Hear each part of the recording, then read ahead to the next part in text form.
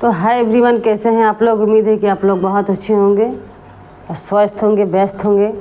तो आज मैं जिस टॉपिक पे बात करने के लिए आई हूँ वीडियो में, तो आप लोग को थंबनेल देखकर खुद ही पता चल गया होगा कि क्या मैं बात करने वाली हूँ। तो देखिए, जब किसी भी लड़की की शादी हो जाती है तो अपने स्टडी को कंटिन्यू करना बहुत ही अड़चने आती है, बहुत प्रॉब्लम आती है। तो और एक बात और, जो लड़कियां पहले से ही प्री प्लानिंग रहती हैं कि हम जाएंगे तो ऐसे करेंगे वैसे करेंगे, उनका रूटीन नहीं ख़राब होता है या फिर उनके फैमिली वाले साथ देते हैं तो नहीं ख़राब होता है, उनके लिए तो परेशानी कम होती है। लेकिन जो लड़कियां प्री प्लानिंग नहीं होती हैं, अचानक उनके ऐसा होता है कि हमको तैयारी करना चाहिए, हमारा तैयारी कर लेंगे तो अच्छा रहेगा, हो सके कोई एग्ज़ाम निकल जाए। तो मैं सीटेट के बेस पे बात करने वाली हूँ कि सीटेट मैंने एक बार में कैसे क्रैक किया। क्योंकि देखिए, जब कोई भी पढ़ाई को हम लोग शुरू करते हैं तो कंटिन्यूटी बहुत ज़रूरी है। 1 दिन 2 दिन 10 दिन हम तो बहुत प्रयास करेंगे, बहुत संघर्ष करेंगे कि हम कर लेंगे, लेकिन उसको कंटिन्यू करना पड़ता है। जब से कंटिन्यू हम लोग नहीं करेंगे तब तक से कोई भी चीज़ को हम लोग हासिल नहीं कर सकते हैं, चाहे कुछ भी हो। तो और एक हाउसवाइफ होते हुए भी बच्चा को संभाल कर अपना पढ़ाई को कंटिन्यू करने में बहुत ही प्रॉब्लम को फेस करना पड़ता है। तो आप लोग इस वीडियो को थोड़ा भी स्किप नहीं कीजिएगा, आप लोग को हम पूरा अपना एक्सपीरियंस शेयर करेंगे। और मुझे उम्मीद है कि जो इस एक्सपीरियंस से, जो मेरे एक्सपीरियंस से, जो मेरी बताई हुई बातों पे अगर काम करेगा तो उसको थोड़ी ही सही लेकिन मदद ज़रूर मिलेगा सीटेट को पास करने में। क्योंकि सीटेट हमारे सर पे, आप लोग देख ही रहे हैं कि सामने एकदम आ गया है सीटेट का एग्ज़ाम। तो और ये देख रहे हैं कि कितना लाख बच्चे फॉर्म फिलअप कर रहे हैं और कितना लाख निकल रहे हैं। क्योंकि देखिए, सीटेट पास करना कोई बड़ी बात नहीं है, नहीं तो भाई जिसके लिए है उसके लिए बड़ी बात भी है। तो क्योंकि इसमें तो बस लिमिट होता है कि हमको 90 नंबर लाना है, और लड़कियों के लिए तो 82 नंबर भी होता है। जनरल हो तो अगर अपने स्टेट में हो तो, नहीं तो 90 नंबर है तो आप कहीं भी एलिजिबल हैं। और स्टेट का भी वही हाल है, लेकिन हमको मेन फोकस सीटेट का हम अभी बात कर रहे हैं। लेकिन और जॉब वाले में क्या होती है कि उसमें आप रैंकिंग में आएंगे तब आपको कोई लेगा, लेकिन सीटेट में ऐसा नहीं है। बस आप 90 नंबर लाए, आपका पास हो गए, चाहे वो किसी भी सब्जेक्ट में लाए। हिंदी में बहुत कम आया फिर भी मेरा पास हो गया। 90 नंबर किसी भी तरह आना चाहिए।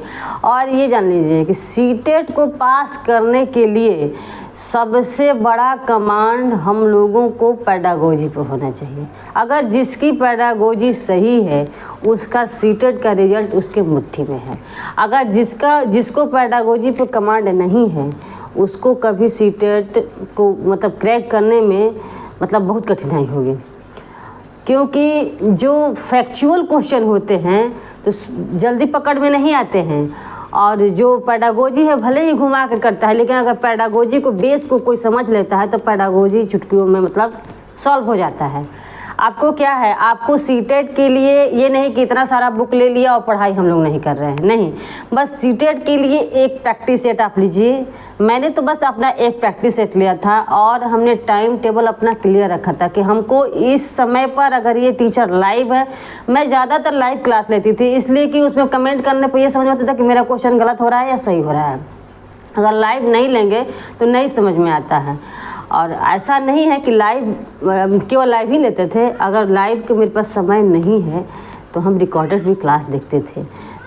आखिर कैसे भी तो उसको पूरा करना है। और ये सबसे पहले आप सिलेबस देखिए उसका, किसी भी एग्ज़ाम का तैयारी कर रहे हैं, मेरा फोकस अभी सीटेट पे है, बट आप सीटेट का तैयारी कर रहे हैं तो पहले सिलेबस देखिए, उसके बाद उसका P/Q देखिए। किसी भी एग्ज़ाम का पहले P/Q घोल के एकदम अमृत की तरह पी जाना चाहिए। जब तक से P/Q आप घोल के अमृत की तरह नहीं पिएंगे, उस पर कमांड नहीं होगा, तब तक से आगे का पैटर्न आपको समझ में नहीं आएगा। कोई भी टीचर पढ़ाता है तो क्या करता है, पहले उसके सिलेबस को देखता है, उसके एग्ज़ाम का कि सिलेबस क्या है, उसके बाद उसकी P/Q कराता है, उसी आधार पे सारा क्वेश्चन कराना शुरू करता है क्लास। और एक बात, हाँ, जिस सब्जेक्ट के लिए आप किसी टीचर को लिए, अच्छा टीचर को देख लीजिए, ऑनलाइन प्लेटफॉर्म पे आपको YT पे बहुत सारे टीचर पढ़ा रहे हैं, ऐसा नहीं है। और मैं भी, जो इस वीडियो को देख रहा है, तो ये भी जान लीजिए कि मेरा भी एक चैनल है विद्या मंच, उस पर मैं भी क्लास शुरू करने जा रही हूँ। मतलब 4-5 दिन के अंदर मैं शुरू कर दूँगी। उसे मैं मतलब सीटेट टेस्टेड क्या, किसी भी एग्ज़ाम का, गवर्नमेंट जॉब का आप तैयारी करते हो, आपको निश्चित है कि उसमें आपको मदद मिलेगी तो मिलेगी, पक्का मिलेगी।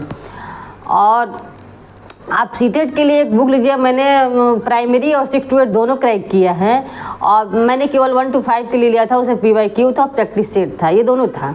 तो मैंने बस 6 to 8 का नहीं लिया था बुक, केवल 1 to 5 के लिए मेरा दोनों हो गया। उसमें क्या है, इसमें भी हिंदी है, बाल विकास है, आपका अंग्रेजी नहीं लेंगे, संस्कृत है, मैथ है, और पेडागोजी तो सब 15-15 नंबर का होता है, 30 नंबर का एक सब्जेक्ट में होता है, 150 का होता है।